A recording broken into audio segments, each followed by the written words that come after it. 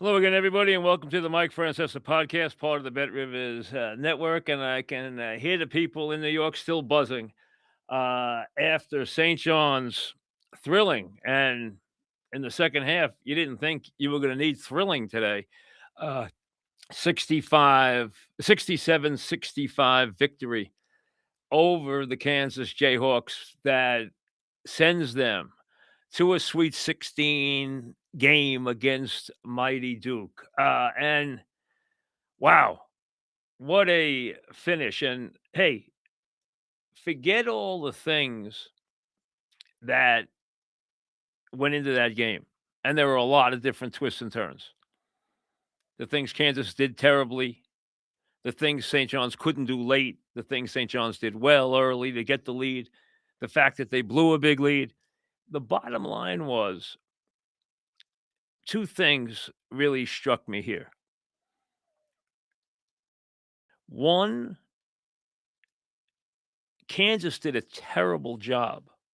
And give Self and his staff credit for a tremendous comeback. They never panicked. They just relentlessly worked the game, put the right people in, and got the game to where they had a chance to win. The bottom line is they were in a great position when the game was tied after Peterson made both free throws. They had all those fouls to give. They did not work the clock right. They should have waited more on each one of those so that the last one on the inbound would have left St. John's with a second. Instead, they left them with the last one that they could use, the fourth one. They left them with 3.9, which is gives you a 3.9. You can take the ball at more than half court, almost three-quarter court in 3.9 and get to the basket. And Darling did. The other thing that really strikes me, so Kansas's misuse of the fouls there, which you saw Self a couple of times just go, "No," because they did it too quickly. It was the right execution, but they did it too quickly. If they had waited 2 more seconds on each of the first couple, they wouldn't have had any time to get a shot off, and you would have been in overtime. The other thing was Darling had not made a shot in the game. He had not scored in the game. He had played 18 minutes, and we know with the guards, as you saw today with Shannon and Sellers, who were terrible. Today, Jackson steps up and gives them some offense and makes some big shots and winds up scoring 10 points. Sellers hits an early three and doesn't do anything, doesn't take shots, doesn't look aggressive, plays only 21 minutes, had a little foul trouble, and never was part of the offense. The amazing thing was Kansas's strategy almost worked. They clearly went in the game and said, "We are gonna let St. John's shoot threes. We don't think they can make threes." The one thing that didn't work for them was it worked for them on everybody except one player. Zuby was 0 for 4. Mitchell was 0 for 1. I don't think he's made a three all year, and he played really well. Sellers was 1 for 1, which is shameful that he only took 1. That's his fault and Patino's fault. Darling was 0 for 4. Jackson was 2 for 7. Prey made a bomb. Shannon was 1 for 5 and 1 for 8 for the game, 1 for 5 from 3. But Hopkins, who has shown a big lift in his offensive performance in the last 8 games or so, especially the last 5 games, goes 6 for 9 from 3. I don't know if he's made 3 in a game this year before this. I know he made 2 the last game, but I don't know if he's made 3 in a game this year. He made 6 threes, including the one at 62-61 that if they don't get, I don't know if they win the game because let's be honest here. St. John's unraveled on offense. Kansas picked up their game on defense, but where St. John's really had a problem was Kansas started dominating and getting second chance opportunities going to the glass and getting put back baskets. St. John's could not control their defensive board, which is something they don't expect to happen. And I thought they got worn down a little bit. Now, the big three, they had 44 points and 25 rebounds. Zuby had some big plays. Hopkins had 18 points, all on threes, which is amazing. I mean, 6 threes from him, and St. John's makes 11 threes, which I think they took 35 threes because they were available. But I think that Kansas would tell you, "Hey, Hopkins made too many." But if it had been 8 for 35, we could have lived with it. 11 for 35, a little too much, but not a game killer in any way. The game killer for Kansas was 16 turnovers. They couldn't live with 16 turnovers. They knew that. They spent the entire practice yesterday, you heard that, and you knew they would if you didn't need anybody to tell you that, but you knew that breaking, getting the ball in bounds, because that's the whole thing. St. John's wants to turn you over, getting the ball in bounds. When you inbound the ball, they back off. They don't trap a whole lot. They back off. But they turn you over in the backcourt. That's where, they turn you over when you try to inbound the ball on a baseline. And Kansas had problems with it the entire game. Turned the ball over 16 times. Now, Kansas had 9 blocked shots, which is a lot. A lot. And they really got up on the glass late. And they got a couple of, I thought St. John's kept Peterson under control. He came out and hit the 2 first threes, and you're thinking, "Uh-oh." They did a good job on him for about 20 minutes. And late in the game, let's be honest, the kid made some plays. Other than missing the front end of a one-on-one.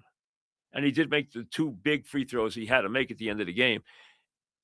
He had the three-point basket going to the basket, the conventional three-point play. He made some baskets. He wound up with 21 points, and they made sure to try and take him away as much as they could. Um, I thought they did a good job on him. Listen, he's a very talented player. We know that. Today he played 36 minutes, which is a lot of minutes in a physical game. He had 21 points. He had a lot of shots that just went up and just missed. He had 3 or 4 shots that really looked like they were going in, and they didn't. But he wound up with 21 points, and he made some points down the stretch. Kansas kind of wore St. John's down, especially on the defensive glass, and they really did pick up their defensive pressure in the last 5 minutes of the game. St. John's, at that point, was struggling to score. Remember, when they got it down, Zuby, when they got it down to 5, around the 4.5-minute mark, Zuby made 3 plays right in a row.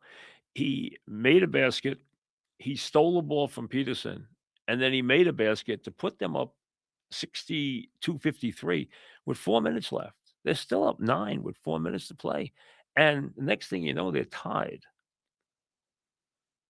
Give Kansas credit, and listen, you don't expect Kansas to go away. They're Kansas. They've been in these games a million times. They know how to play these games. It just is so telling because Pitino knows he's going to go in there and get major minutes out of his big 3 forwards. And I thought Mitchell's game today was excellent. It really was. He had 8 points, which for him in this kind of game is okay because you're not going to drive it to the basket that much. And he had 9 rebounds. He played good defense. He got some steals. Zuby didn't rebound in the second half, but he wound up with 18 points and 9 rebounds. Hopkins was huge, hitting those 6 threes, including the one that put him up 65-61. That was a big one because Kansas was coming at that point. But it's amazing because all year, and we've talked about it on the podcast so many times, Al Pacino is going to mix and match and decide what he's gonna do with the 4 guards, okay? And decide who's gonna play and who's not gonna play and how many minutes they're each gonna get. Now today, San and, Sellers didn't get after scoring an early 3, he wound up and he should take more shots. He's gotta don't stand in the corner and hope somebody's gonna swing you the ball. Let's go. They have to do a better job, Patino does, and Sellers has to be far more aggressive in the games to come. They need his ability because he made the only 3 he took. He has the best stroke. Sannon's hot and cold. Today, Jackson made some plays. You know Jackson's a gifted offensive player. He still had his couple of plays on defense that had Patino screaming, okay? And then Darling shows you what Darling's been all year. He had a nothing game. He played 18 minutes. He hadn't scored, okay? He had done very little. A couple assists, no points, missed every shot, looked bad on his threes, and then he gets the ball and takes it right to the basket and makes the layup heard throughout New York that propels St. John's to their most important win in the Patino era. I don't care. St. John I know it was Kansas. After last year's ouster in the second round, St. John's had to win this game. It would have been a bitter, bitter offseason for Patino and St. John's if they had lost this game. They have lost once since January 3rd. Their defense at times is terrific. It's always hardworking. Today,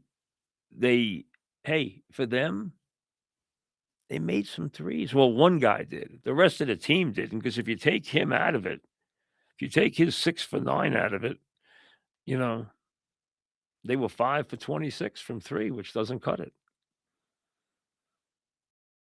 But he made 6 threes, which was a lot more than he's made. Like I said, I don't think he's made more than 2 in a game this year.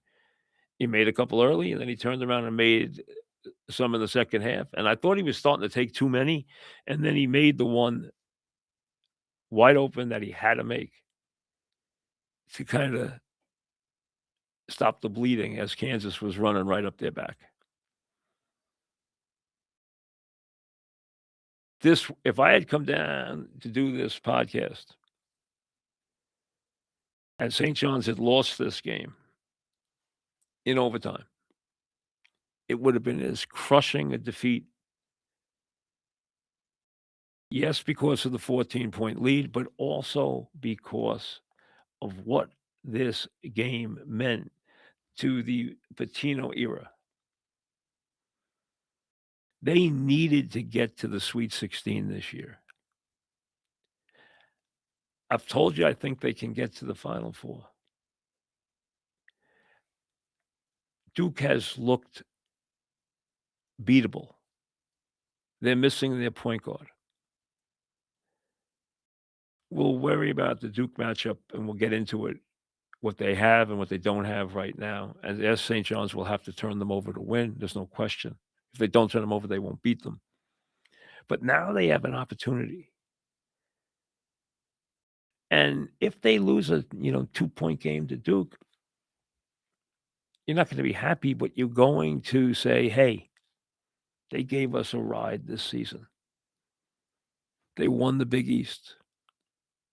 They finally figured out in December what they had to do and how they had to play." And let's be honest, he's still mixing and matching the guards today. Here in late March, he's mixing and matching the guards right to the last minute. And Darling, who had done nothing today, becomes the hero. And that's the way that kid, that's who that kid is. And that's who these guys are.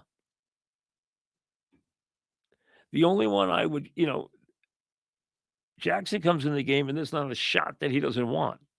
Shannon comes in the game and there is not a shot that he doesn't want. Sellers is playing timid and it's hurting St. John's and it's hurting him. And that has got to change. Because most days he's playing 30 plus minutes. Today he was down to 21. He got in a little foul trouble. Plus Patino wasn't happy with his play.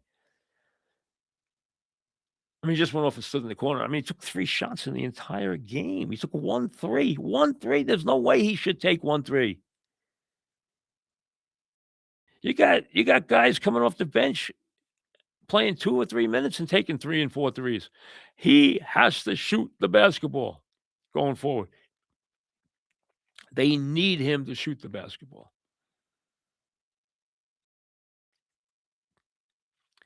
So, did it get anxious? Yes. Did it get scary? Yes. But this was the first big barrier they had to break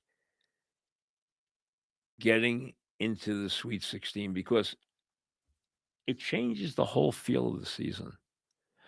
Now they come home from this first weekend as conquering heroes. Now they go to Washington, D.C. to play Duke with the whole city, with the whole metropolitan area behind them. St. John's, hey, let's be honest. A lot of people in New York City don't care that much about St. John's a lot of the season. This week, even with opening day, with the Yankees in San Francisco and the Mets home on Thursday, Yankees in San Francisco Wednesday night and the Mets home on Thursday. And as big as that is, and that's huge, we wait all winter for that. But now there is a story. And now,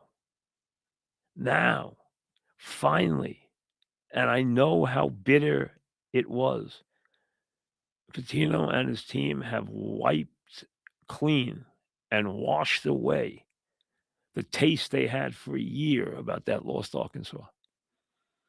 That's why this, as I told you last night, was such an imperative victory. There was no losing this game. Not and claiming that Patino had accomplished what he set out to do here. He didn't come here to play first round NCAA tournament games. He came here to try to shoot for Final Fours and to mix it with the big guys. He got to mix it with a big guy that wasn't having a great year, a big guy that has hit some troubled times in the last couple of years, as you saw. I mean, they've found the second round to be a stumbling block a lot in the last 5 years. The Sweet 16 hasn't been automatic for them. And for St. John's, you know how long it's been since they've been to a final, since they've been to a Sweet 16. This doesn't happen around here every day. And now the momentum will build. And now that's behind them. And now they can look straight ahead and see opportunity. They're 2 games away from the Final Four. Are they the best team? No. Are they going to line up and roll through Duke and Michigan State or UConn? And it could easily be Michigan State, the way UConn's going. I don't even think UConn's a given tonight, the way things are with the injuries. UCLA's banged up also, though. I got to take that into account. We'll see. But yes, the harder game for them is right ahead. And Final Four would be a crowning achievement. And then you go there and you're playing with house money and you go there and take your chance. you take your shot against whoever's there, whether it's Houston or whether it's Michigan or whether it's, Arizona, and I'm sure some of those names are gonna be there. This was the game they had to win. It looked like they had locked it up in an ugly fashion, yes. It looked like Kansas wasn't gonna even put forth a great effort, and then Kansas kinda remembered they were Kansas, and they went to work, and they rolled up their sleeves, and they turned it into a game that came down to one play. It came down to some poor execution on them with the fouls, poor execution.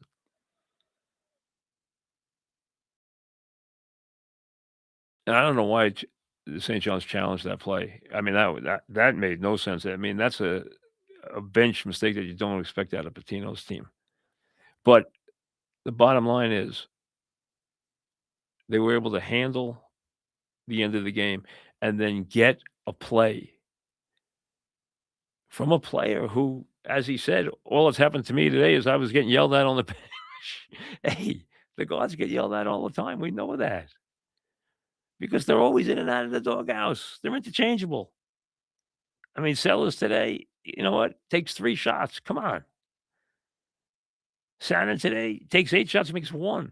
Jackson today was the golden boy, and he still was getting yelled at times. He always gets yelled at. You know that. He's always gonna make some defensive mistakes and some miscues in the front court with the ball, which he did. Hey, the bottom line is they survived and advanced, which is what the NCAA tournament is about. That's what the NCAA tournament, as Jim Valvano coined many, many years ago. It's about surviving and advancing. Survive and advance. That's it. Find a way to get through the game and move on. I'm happy we're playing another game. That's always the motto. And now, if you're St. John's and San Diego's too far, well, maybe now, although it's a much different ticket in the regional, the bottom line is maybe you go down and get to see your team take on one of the one of the monsters, and there is no bigger monster year in, year out. Duke to college basketball in the last 30, 40 years has been the Yankees. Not as much lately. I mean, we've seen what UConn has done. We've seen the success that Florida has had, but still, Duke is Duke. Duke, year in, year out, Duke is Duke. And they had a terrific team this year, but now they're without their point guard. And that has clearly impacted them. And like I said, we have time in the middle of the week to match that up and talk about that. I can tell you right now, St. John's, which is favored today and didn't cover the point spread, but hey, I don't think you care about that. Um, they'll be underdog, and they should be. But they have more than a reasonable chance to both survive this game and to win these next 2 games. As I told you, I thought they could be a champion, a Final Four team. I picked them to get to the Final Four this year because I thought they had a chance, and I thought Duke was banged up. I thought they could win. I would rather see UConn standing there than Michigan State, but they could beat either one. Although Michigan State's not gonna be easy by any stretch. Nor would UConn be easy. I don't wanna take anything away from them, although they're a little banged up themselves right now. But now that's the dream, and if you're St. John's, you're still dreaming that dream. And this ride that they've been on, 1 loss, and it was a beaut, obviously. It shook them to the foundation, but they answered that with a 30-point win against Villanova and then a 20-point win against UConn in the Big East final. Then they had to get past today. And they did. Wasn't easy. Wasn't easy. And I thought the way Kansas was playing it, and how many fouls they had to give. I didn't think St. John's would get a shot off, and I thought we were going overtime. And then I watched like everyone else and everyone, and you could hear the collective roar throughout Long Island, Queens, all the way down Fifth Avenue as Darling made a play that moved them into the Sweet 16. Great win. Great win. Exciting win. Exciting times if you're a St. John's fan. Exciting times. Now get started on your tourney. Well, you only have a couple of tourney bets left for this, so I'll read it for you, but there's only a couple of games left. Right now, Tennessee's in a dogfight with Virginia. Iowa's leading Florida at half. Um, Florida's a little weird, but hey, they're still very good. You have Utah State and Arizona still to come, UCLA and Connecticut still to come, Texas and Alabama, which I think should be a very, very close game. Um, and plenty of threes in that game too. Uh, but let me get this out of the way. Get started on your tourney bets or finish up with your tourney bets. You can still get a $10 bonus bet if you use my code Francesa 315, which is good till this evening. Uh, at the Francesa 315, it's available on the Bet Rivers app to New York and New Jersey bettors. The offer ends after the games this evening. Must be over 21. 21 or over. Eligible players only. Gambling problem, call 1-800-GAMBLER. And in New York, call 877-8-HOPE, New York. But again, you only have a couple of games left. The UConn game against UCLA,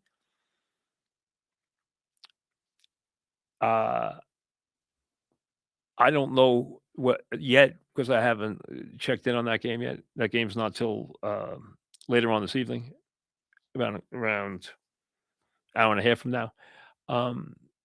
Who's playing for UConn? Whether or not UCLA is getting their leading scorer back, have to check on those things. That'll impact the game, but don't count UCLA short. And obviously, you wouldn't be surprised if UConn won. UConn's favored to win, but could be a tough chore. They didn't look good the other night, that's for sure. But hey, it would have been tough to come down and do this podcast if they had lost this game. It really would have. After they took the lead, I kind of thought in my head, I said, I know it's Kansas, but I think today's their day in that I don't think Kansas is ever going to get started. And then Kansas started revving it up and doing the things that Kansas does and got themselves obviously even at 65 before Darling made a play. He's made a couple of plays this year, none bigger. None that this is one he'll remember his whole life. This is one he'll see. Uh, and not just tonight, as it will lead all the well, might not lead with some of the stories going on around the world right now, but it'll be very close to the top of the newscast in Metropolitan at 11 this evening as you see a shot that propels St. John's into a Sweet 16 matchup with Duke. Doesn't get any better than that. And it means 3 or 4 thrilling days here. Great anticipation and a lot of basketball dreaming as you now try to see if they can win the second tournament. I told you how Coach K always talked about 3 two-game tournaments. St. John's survived the first one. Now you come home, you get some rest, you prepare for the second trip. And then if you get to take the third trip, you go where Al McGuire used to say he wished every college basketball coach could get a chance to go to Shangri-La, to the Final Four,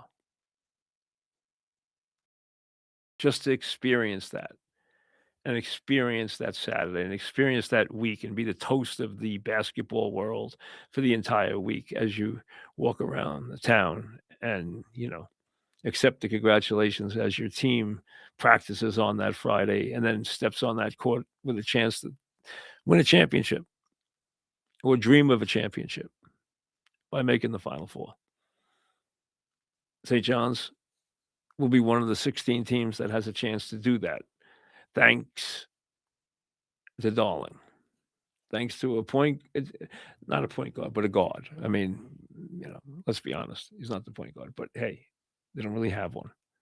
They have some interchangeable guards who get in and out of the doghouse, in and out of the doghouse. And today it was his turn at the end of the game to come up with a little magic. So congratulations to St. John's and to Coach Patino and to the team. They get to play at least one more game. And at this time of year, that's all you can ask for. We'll see you later.